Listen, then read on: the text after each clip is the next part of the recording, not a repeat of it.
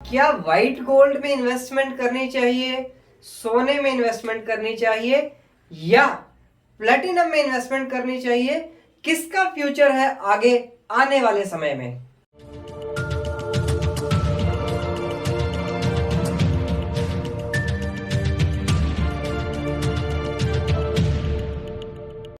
एक बार फिर स्वागत है दोस्तों आप सभी का आपके अपने YouTube चैनल धुना ज्वेलर्स में। मैं हूं आपका दोस्त लवली धुना।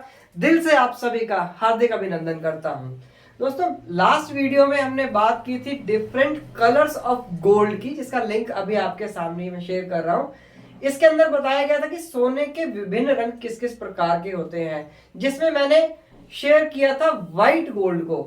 तो व्हाइट गोल्ड और रोडियम पॉलिश के अंदर मैंने आपको डिफरेंस बताया था, जो कि आपने देखा भी होगा कि रोडियम पॉलिश जो होती है डिप करने से होती है और व्हाइट गोल्ड जो होता है मिक्स करने से होता है।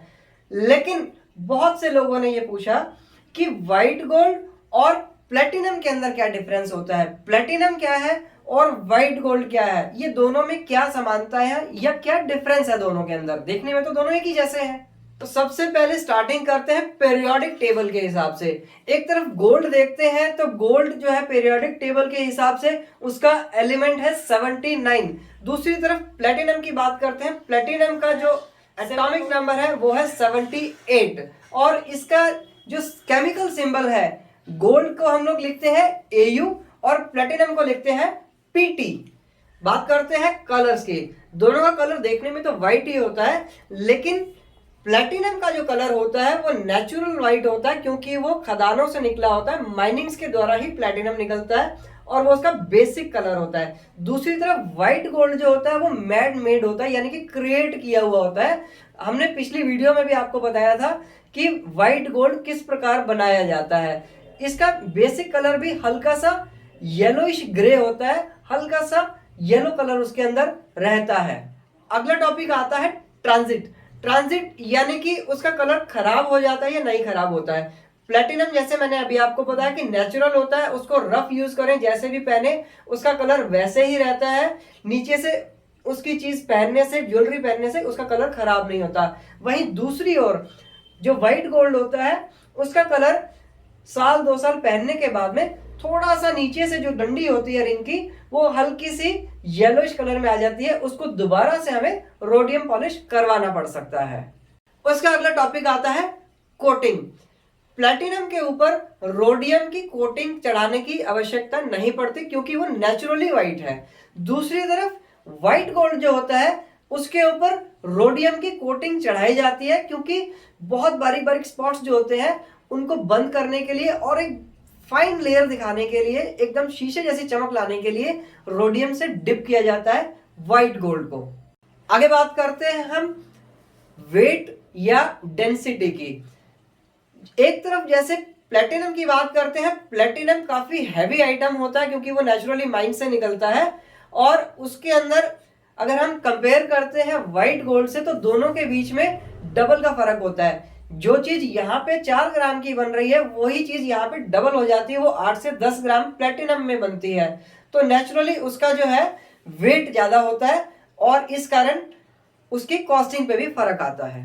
अब बात करते हैं measure of purity. Measure of purity यानी कि किस चीज से उसको मेजर किया जाता है।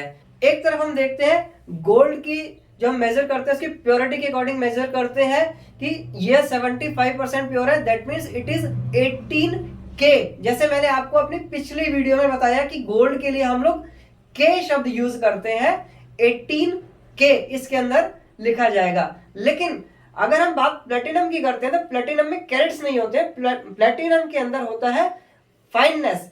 दैट मींस प्लेटिनम की ईयरिंग या यह प्लेटिनम जो है 95% फाइननेस के अंदर है। यह बेसिक डिफरेंस होता है। आगे बात करते हैं प्योरिटी की।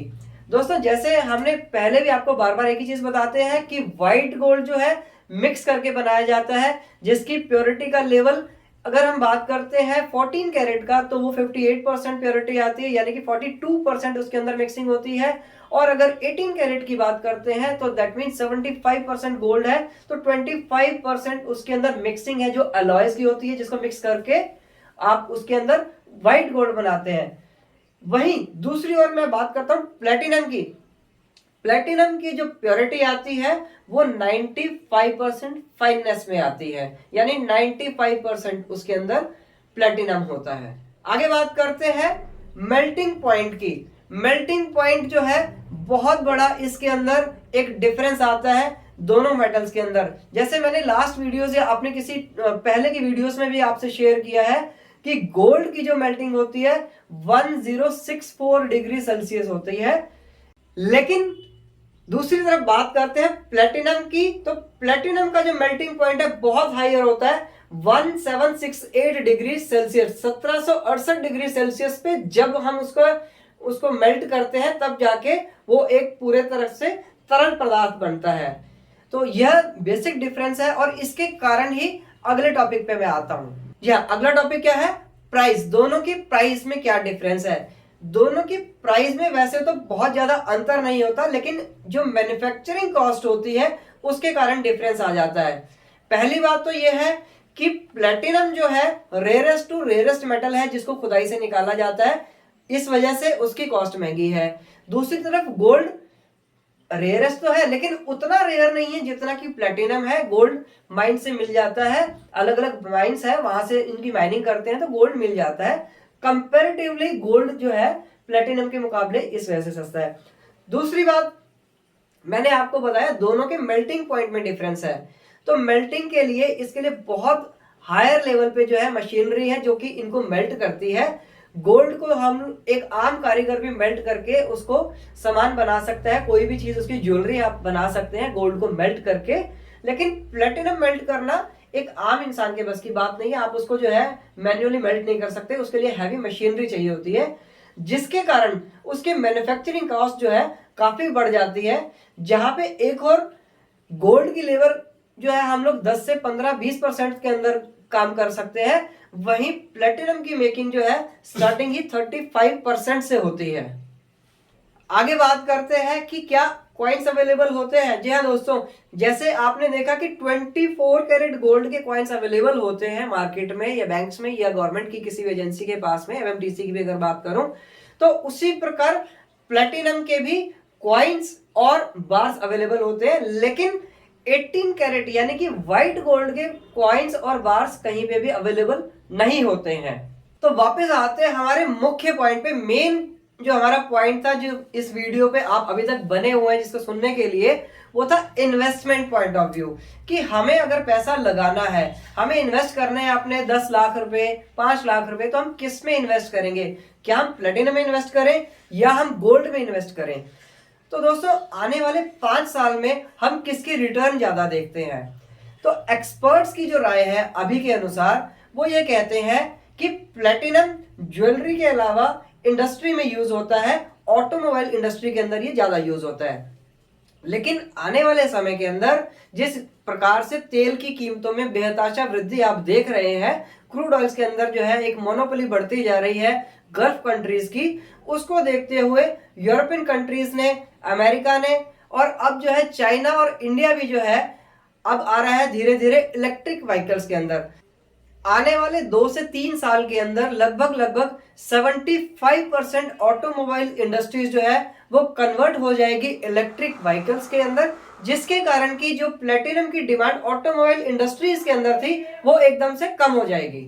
तो इस प्रकार दोस्तों एक इकोनॉमिक्स का छात्र होने के नाते या बीकॉम का छात्र होने के नाते मुझे मालूम है कि जब जो है हमारी डिमांड नीचे आ जाएगी तो ऑटोमेटिकली उसकी प्राइस भी नीचे आ जाती है। तो एक्सपर्ट्स की राय के अनुसार प्लेटिनम में इन्वेस्ट करना उतना फायदेमंद नहीं होगा एज कंपेरेटिवली टू गोल्ड। तो मित्रों इस हिसाब से अगर हम देखें इन्वेस्टमेंट ऑफ गोल्ड या गोल्ड में कैसे इन्वेस्ट करें, क्यों इन्वेस्ट करें, तो एक एग्जांपल देता हूं कि अगर हम बात करें 1963 की, 1963 में 63 रुपए तोला सोने का रेट था, 10 ग्राम का रेट था, यानी कि 6,300 रुपए के अंदर 1 किलो सोना आता था, जो कि बराबर था उस समय अगर हमने 1 किलो सोना लेके रखा या फिर एक स्कूटर ले लिया हमने, तो दोनों की कीमत लगभग एक बराबर थी। उसके बाद बात करते हैं 1990 की, वही 1 किलो गोल्ड की कीमत जो कि थी 3,000 रुपए 10 ग्राम, और इसका मतलब हो गया लगभग 3 लाख रुपए 1 किलो गोल्ड, जिसकी कीमत आप जान सकते हैं मारुति 800 के बराबर में। तो मित्रों बात करते हैं अगर 2005 की, तो उस समय सोने का रेट था 6,500 से 7,000 रुपए के बीच में। यानी कि उस समय अगर 1 किलो सोना खरीदा होता है तो आज के हिसाब से एक सेडान कार के बराबर था। लेकिन वही अगर हम आज की बात करते हैं, आज लगभग जो सोने का रेट है वो 49 लाख या 50 लाख रुपए के आसपास है, जिसके अंदर की एक BMW आ जाती है यार, बहुत बढ़िया, कोई ऑडी या और उससे भी अच्छी लेवल की गाड़ी आ जाती है। तो इसी प्रकार अगर आप इन्वेस्ट करेंगे आज की डेट में गोल्ड को, और आज से 30 साल बाद में देखेंगे तो 2050 के आसपास में हो सकता है आपका अपना प्राइवेट जेट आपके उसके बराबर आ जाए आपके 1 किलो गोल्ड के लिए। तो मित्रों इतिहास गवाह है कि जिसने भी सोने पे विश्वास दिखाया है, सोने ने उसको सोने की तरह मालामाल कर दिया है। तो अभी भी देर नहीं हुई है, बहुत ही बेस्ट टाइम है। This is the best time to invest in gold. You can invest in all forms of gold. आप चाहे तो सोने के अंदर किसी भी फॉर्म में इन्वेस्ट कर सकते हैं। दोस्तों बहुत लोगों से ये चीज सुनने को मिलती है, हमारे शोरूम पे जब मैं बैठता हूं तो काफी लोग आते हैं, कहते हैं कि काश हमने उस समय सोने में इन्वेस्ट किया होता, हमारे पास पैसे भी थे, हमने ये ले लिया, हमने वो ले लिया, काश हमने सोना खरीदा होता तो आज बात कुछ और होती। तो यही चीज आपकी आने वाली जनरेशन ना कहे, या आने वाली पीढ़ी हमें इस चीज के लिए ना बोले कि हमारे पेरेंट्स ने पैसा होने के बावजूद सोना नहीं खरीदा और उसमें इन्वेस्ट नहीं किया। तो आप इन्वेस्ट करें गोल्ड के अंदर और अपने बच्चों का भविष्य सुरक्षित करें। तो दोस्तों अगर आपको वीडियो पसंद आई हो, आज का टॉपिक समझ आया हो, तो जरूर हमारे वीडियो को लाइक कीजिए और चैनल को सब्सक्राइब कीजिए, और हमारे इस चैनल को जरूर शेयर कीजिए इस वीडियो को। और आने वाले समय में आपके दिमाग में कोई भी क्वेरी है, कुछ भी आप पूछना चाहते हैं गोल्ड, सिल्वर, डायमंड या जेम स्टोन्स को लेके, तो जरूर इस कमेंट बॉक्स में कमेंट कीजिए और अपनी क्वेरी को हमारे सामने लेके आइए। जरूर आपके टॉपिक के ऊपर रिप्लाई किया जाएगा। मुझे आज्ञा दीजिए, अगले हफ्ते फिर एक नई वीडियो के साथ में, एक और टॉपिक के साथ में जल्दी आप सभी के बीच में रूबरू होऊंगा। मैं आपका दोस्त लवली धुन्ना। जय हिंद, जय भारत।